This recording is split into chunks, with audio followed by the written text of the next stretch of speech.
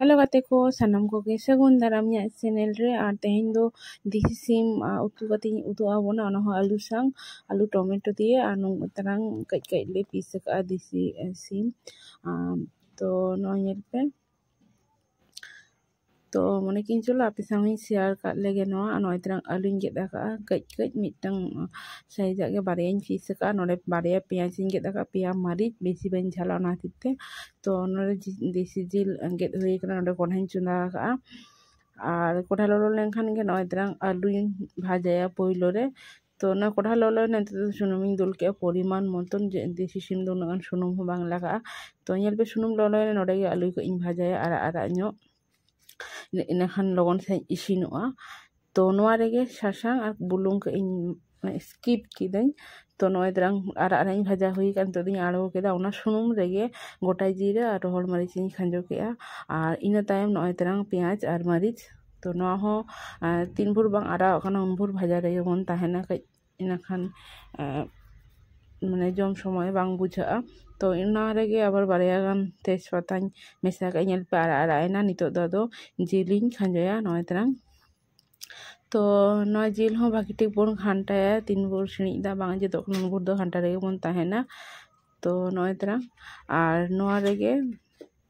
घंटा घंटा होई लेनखान सिणी दा को आंजेद लेखा नवा रेगे बुलुंग हो परिमाण मतन बन लगा काते आरो भागी ठीक बन घांटाया तो भागी ठीक गे सिणी दा माने आंजेद आकाना नवा रेगे आदा रसुन टिट बन लगा ओना हो और इन तायम नय द्रां सासांग 1 चामच इन तायम दो गोटा जीरा और इन तायम दो हुयुग कना धनिया गुंडा तो ना को लगा काते आरो भागी ठीक बन कोसाया ñel पे भागी ठीक इन कोसा केआ तो वीडियो डिशना खातिर ते स्किप काते इन उदु अबन कना और जहां मसला बाटी थाय का दोना रे कम जो दा लगा काते आरो भागी ठीक बन कोसाया तो साहान चुला रे लगन का इये गदो कना कोसा गदो कना नय द्रां टमेटो बारेया हुडिन सहिजा तो नवा हो गोला धरी टमेटो गोला धरी भागी ठीक कोसा रे बन ताहेना तो नय द्रां ñel पे टमेटो अडी ठीक गे गोला कना ñel पे ñel गे बांग ñel जामो कना ओना रेगे आरो आलू होबन कोसा तराया जेते मसला रे जहां तिने जिल रे मसला मेना नो आलू रो बनन लगी ते भागी ठीक बन माने बन कोसा रेगे बन ताहेना तो साहान चुला दो अडी नापाय गे कोसा हुयो गे ñel पे से चिचरा कोसा हुई कना पूरा पूरी एकदम जहां तिने सिड़ी दा माने पूरा आंजेद चाबा कना मसला को भागी गे चाट कना तो नोवा रेगे परिमाण मतन दा बन दुला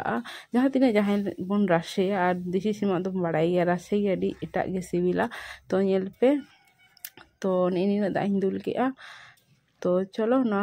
हेडे जो आबन आंजेद धरी बन अपेक्षा बन ताहेना आलू तीरे इसिनोक कना तो मी घड़ी फोरे ñel पे नय द्रां आलू इसिन कना प्राय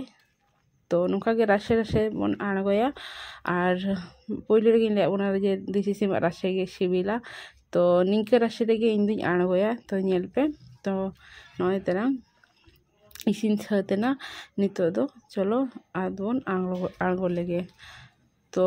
नय द्रां आड़गोय दें तो मिटन तीते फोन साबा मिटन तीते आबेटन शेयर खातिर नय वीडियो तैयार हुई कना तो ñel पे से अड़ी ठीक गे हुई कना तो नवा रेगे कम ño गरम मसला बन लगा शाही गरम मसला तो नय द्रां ñel के पे तो मा एनखान नवा ब्लॉग कुसिया खान अवश्य like comment share and subscribe तौन पे और सानाम कोगे भागी तहन तौन पे सानाम कोगे जोहार और नोका गे ñel तौन पे।